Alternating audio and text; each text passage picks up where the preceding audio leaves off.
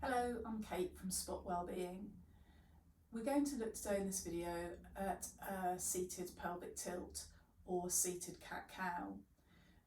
When we move our pelvis, when we tip it forwards and back, we change the curves in our spine. The spine and the pelvis are intrinsically linked. So sometimes when we're seated, we can get really into a little bit of a slump. So when we're sitting, we can kind of lean back in the chair and we get really flattened spine or rounded back in our curves, shoulders pitch forward. So really when we work with our pelvic tilts, we start to lift, and it happens from the lower back that we lift and lengthen up, and you can see the curves in my spine start to come into their natural shape. We have a lovely S shape through the vertebrae on our back. This is a model of a human pelvis, so you can see as I sit back, as I lean back into my chair, the pelvis is actually tipping back, and that's why the lower spine that comes out from the base of the sacrum, you get a lot of strain. The muscles are lengthened on your lumbar spine, your lower back. So as we then lengthen up, pelvis tips forward and we come to our more natural curves.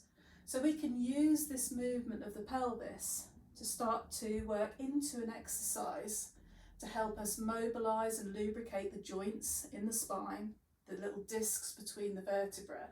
We can control it very well with our own strength, so we never move too sharply or fast. We really think about controlled and fluid movements.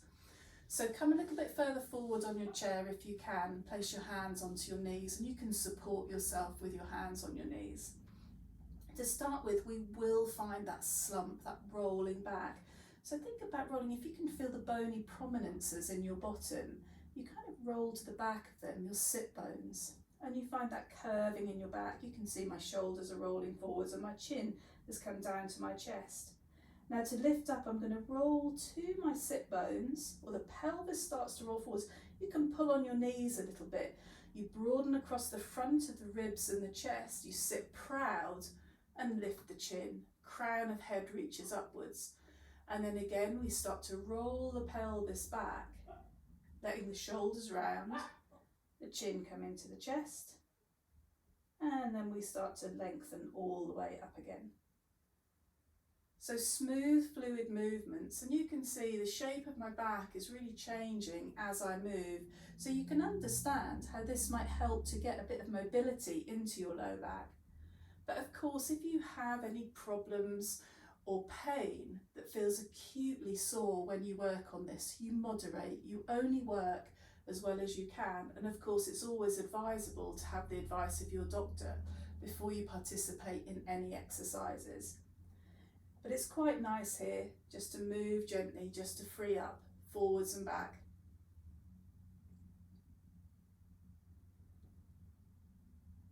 You can use your breath as well, usually the inhale to lift, and the exhale to return. When you add the breath to any movement, it becomes a little bit more mindful. You bring your sort of awareness more into your body. There, and we'll finish there. And hopefully that made sense for you. Thank you.